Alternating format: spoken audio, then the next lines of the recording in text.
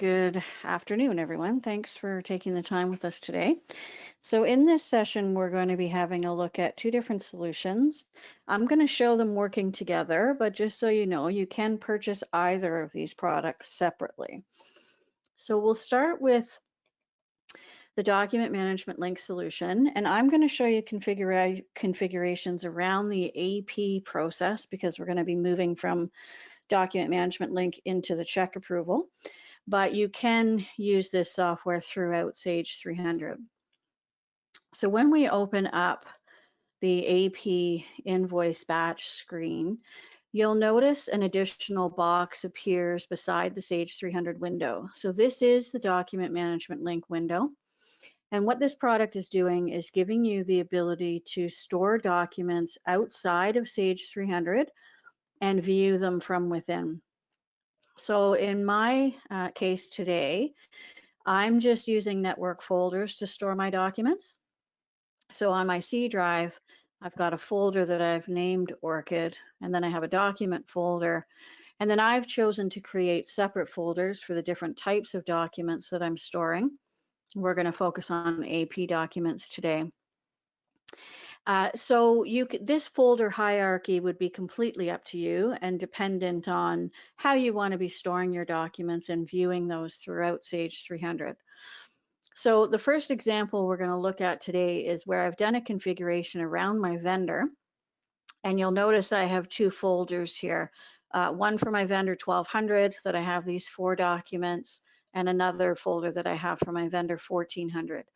Now I highlight that because Document Management Link is sophisticated enough that once you get this folder hierarchy in place, it can build out for you automatically.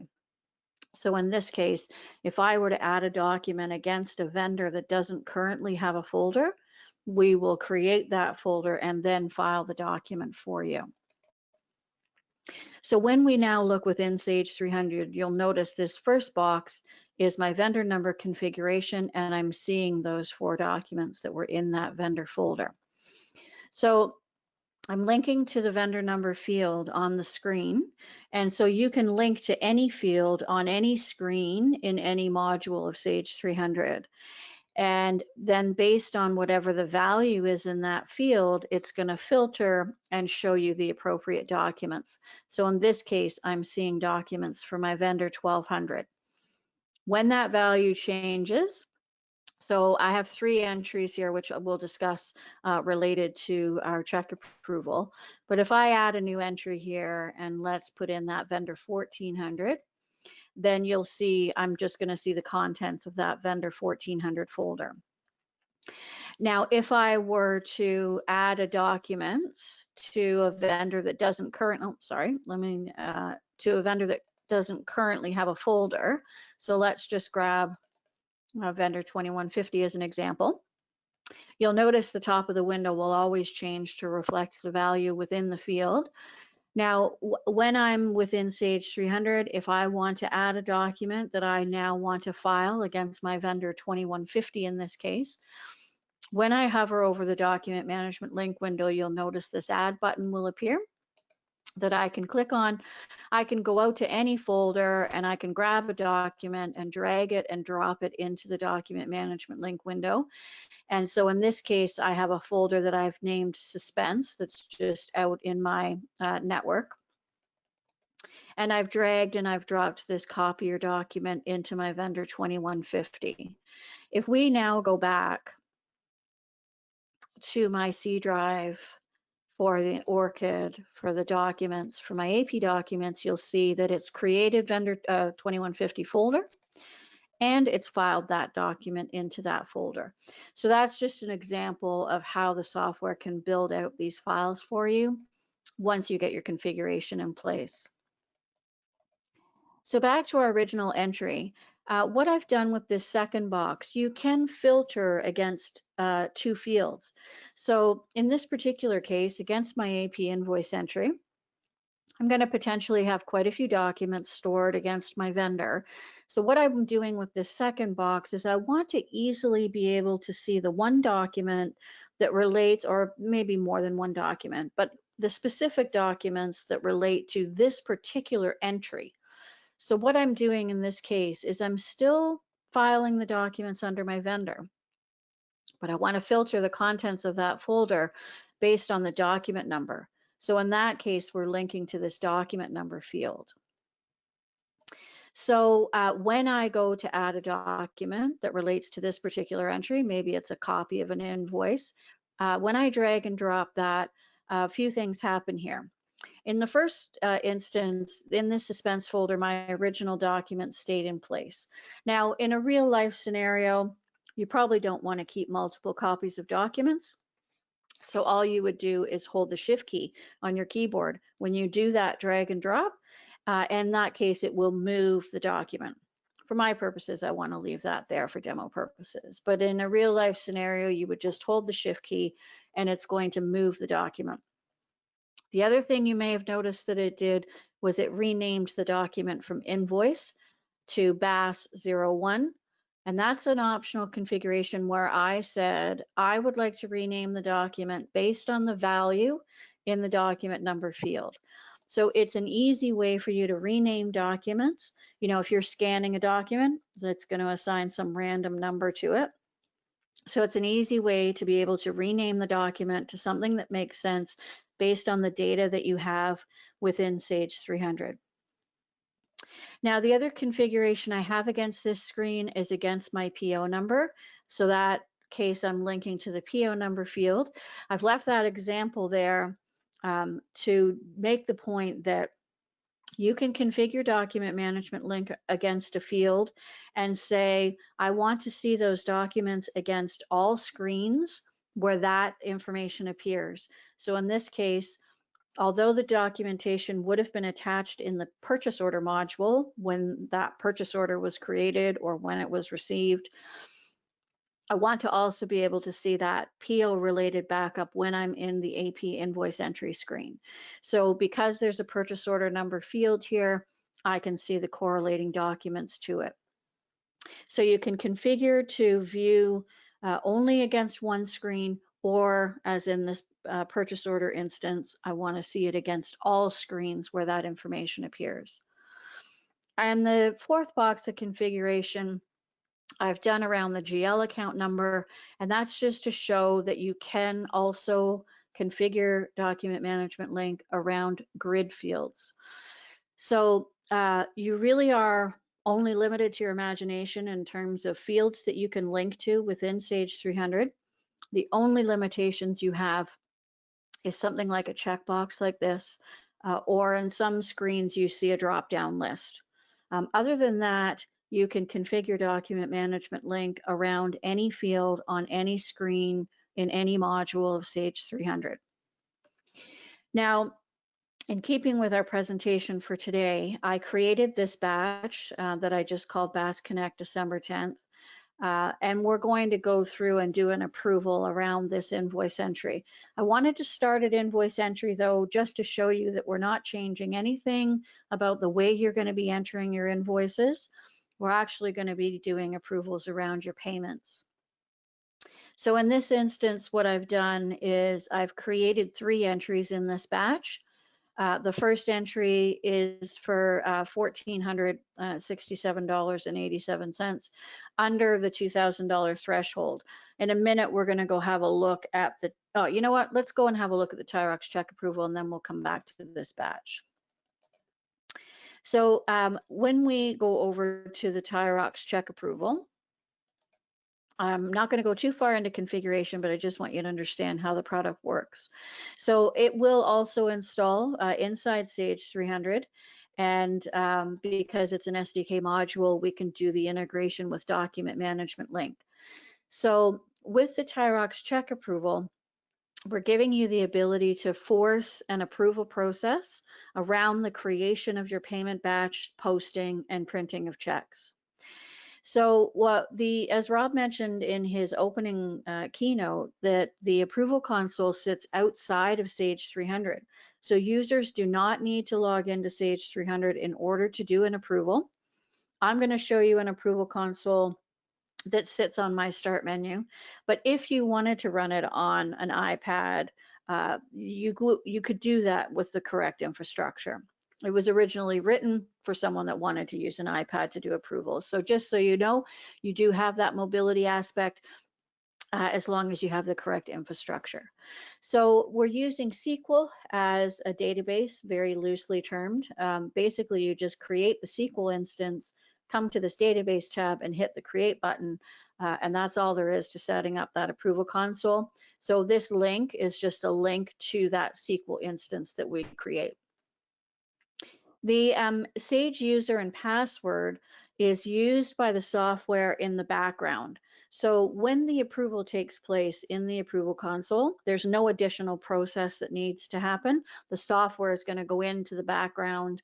When the payment batch gets submitted for approval, it gets put on hold. And so the software, once the approval takes place, will automatically update the status of that batch, and it uses this admin user and password. It can be any user and password as long as they have the correct rights within Sage 300. Now for today's purposes, we're going to do a two-step approval. And in this case, I've put in a dollar value threshold. So what I'm saying here is the first level of approval is the general manager. And that person has up to $2,000 that they can approve. If something exceeds $2,000, then I want you to skip the general manager and go straight to the controller. The controller is responsible for approving anything beyond $2,000, higher than $2,000. So that's the example we're going to do today. But you could also say, I want to set up different people at different levels, up to 3 levels, and I want it to go sequentially. So in this example, go to the general manager and then go to the controller in every case. Or you could specify a group of people, specify how many members of that group need to do an approval in order for that batch to be deemed as approved. So a few different options, but for today's purposes, anything below $2,000 will go to the general manager, and anything above $2,000 will go to the controller for approval. There is email notification capability, so email notifications can go out throughout the approval process to those users responsible for doing approvals. And you can optionally send an email back to the person that submitted the batch. So once it's approved, we could send them an email and they can then go ahead and post the batch and print the checks. Now you do have a few additional options. First of all, we're going to install what we call a desktop menu control up in accounts payable. That's just a fancy way to say that we're going to replace the Sage standard screen with our own screen that forces the approval. So we've added a button to do the approval. So that's really all we've changed about it, and I'm going to show you that when we go to create payments. In my case, my payments are going into my approval console as approved, and anything that I don't want to approve, I'm going to uncheck. But you could do the opposite. You could send everything in as unapproved and force the user to activate the checkbox against each payment within the batch. Or you can say, I'm going to set a dollar value threshold, and anything below that, send it in as approved, and anything above that, I want the user to activate the checkbox to signify that they are approving that payment. Now, you don't have to approve every payment within a batch, nor do we want to hold up the entire batch because there's one payment within it. So you can reject payments within a batch. And you can either put checks into a new batch that states that these are unapproved checks from a previous batch, or simply remove those payments from the batch and the user will go ahead and create that payment when they're ready to do the payment. So that's the basic configuration. So now when we're up in accounts payable, let's go back to our invoice batch that we created for today's purposes. And we'll see the first entry within the batch is 1467.87. So that's below our $2,000 threshold. So we'll expect that to go to the general manager for approval. And then the second entry is 3820. So we will expect that one to go to our controller for approval. And let's just quickly add backup related to that. And then I've created a third entry for $6,200. That will also go to our controller for approval. And we can add back up to that as well. But we'll reject one of these payments so that you can see what would happen in the case where you want to reject a payment. So far there's nothing unique about what we've done. This is just standard Sage 300. We're going to go ahead and post this batch in accounts payable. There's also nothing unique about the way you're going to be creating payments within Sage 300 other than you're going to use our extended payment screen. But it will be exactly what you're familiar with. It's just we've added an additional button at the bottom here. So let's quickly create a new batch. So this is our new payment batch. So we'll just call this BAASS December 10. It'll be good if I spelled BAASS correctly. There we go. And we'll just call I'm just going to put in 1 for the sake, and let's grab our vendor 1200. You can see Document Management Link on the right-hand side here, showing me the documents related to my vendor 1200. And let's go ahead and fetch. So there's our BAASS 1 invoice. I just want to double check here that because I did do a few. So there's our BAASS 01. The amount is only $63, but that should still go to our general manager for approval. So let's say yes, and we'll add that. And then let's add a couple more payment entries here. So there's our BAASS 02 for $3,800. So let's go ahead and add that to our batch. And we'll do that third entry, BAASS 03 for our $6,200. Let's add that to our batch. Okay, so nothing unique there in terms of the entries that you're doing within Sage 300. So here's our batch for December 10th for 3 payments for $10,000. Now, if I were to try and print the check or post the batch, it'll tell me that it hasn't been approved. So I'm not able to print those checks, nor am I able to post that batch. So I need to submit it for approval. So we'll go ahead and say, yes, we want to submit that for approval. And you'll notice the button will dynamically change to in progress. So anyone coming into this screen will easily be able to see that approval is pending on that batch. You can click on that button and it's showing me that there's 2 levels of approval that are pending. Had an approval taken place, I'd see who the user was that has done that approval. So what's happened here is an email would have come through. So we'll just do a little send and receive here to see if the email came through.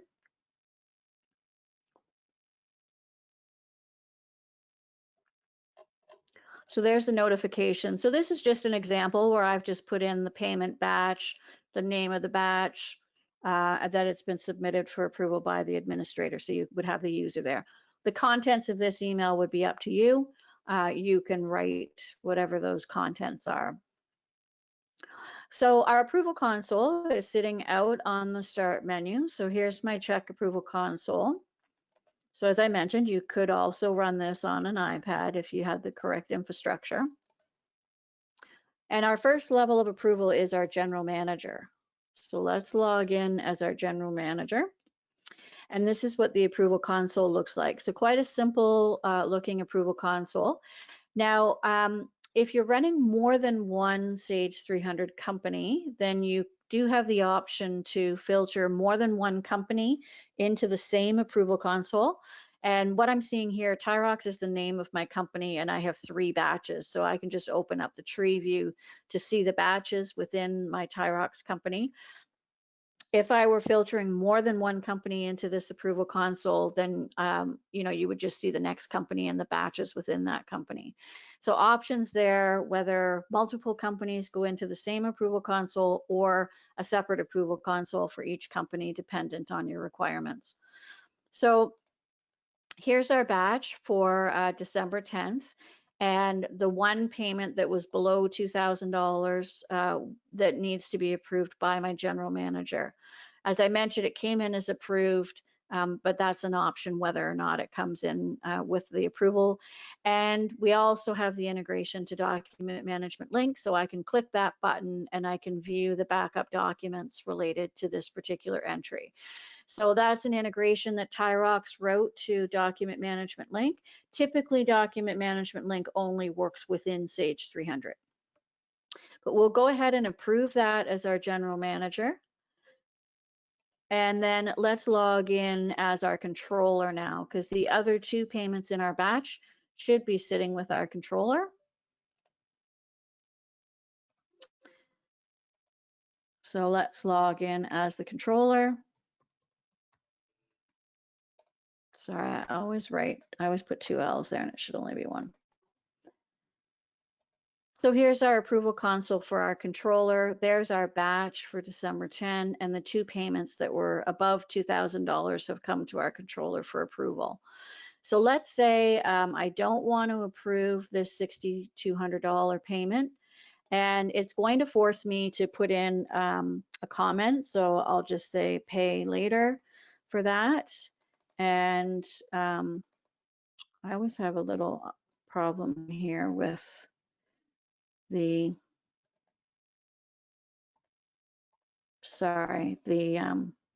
let's save those changes. Sorry about that. It's when you're in GoToMeeting, I have a bit of a problem with the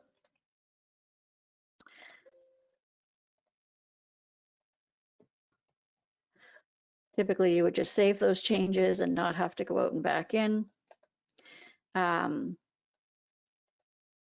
So there we go. So now I can approve it. So you have to save the changes for this approve button to light up again. So we'll go ahead and approve that.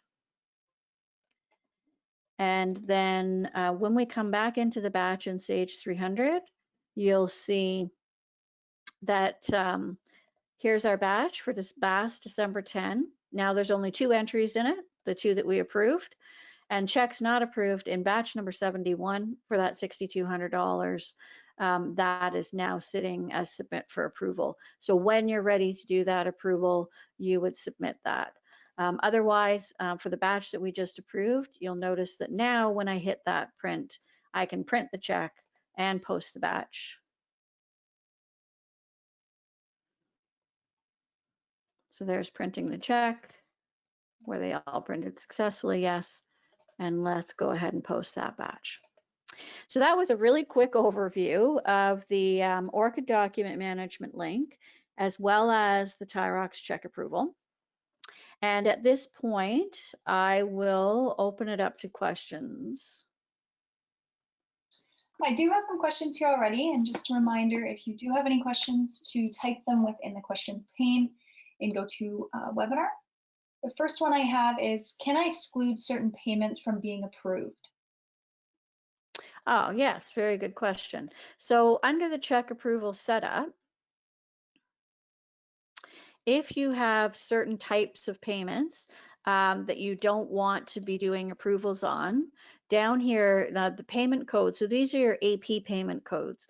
So for example, when Rob's going to show you EFT in a few minutes, and if, because that's an electronic process, you could say, well, I want to exclude EFT payments. I really only want to be looking at paper-based checks. So by payment code, you can exclude certain things, and also by payment type. So I'm only using payment type of check.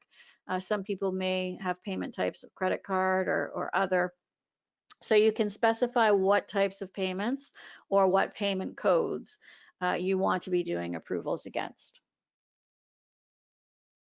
The next question I have is, can I store documents against other third-party modules?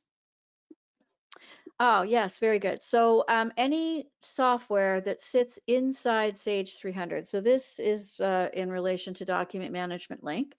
So any software that sits inside Sage 300, so Rob mentioned earlier SOC Second Sight, or maybe EFT processing that you're about to see. I believe I have vendors here. So I can call up any vendor. So let's call up that vendor 1200. and you'll see the same documents that we were seeing against accounts payable, we're seeing against Orchid EFT. So any third-party product that sits inside your Sage environment, you'll be able to use the document management link against. So any screen and any module of Sage 300 and any third-party SDK product. And the last question I have here is, how would this work with EFT? Okay, good. So this will tie into the next session coming up. So with the TaiRox Check Approval, we're forcing an approval around the creation of your payment batch. And the payment batch is what you're pulling into EFT to generate your EFT file. So two different ways of thinking about it. As I just mentioned, I want to exclude EFT payments from my approval process, and I really just want to be reviewing paper-based checks. Or because I'm sending a file to the bank, I do still want to review EFT payments prior to that EFT file being created. And Rob's about to show you that there is an option under your settings in EFT to specify I'm not able to generate an EFT file until the payment batch is posted in Sage 300. So we can completely close the loop there because it can't be posted until it's been approved by TaiRox Check Approval.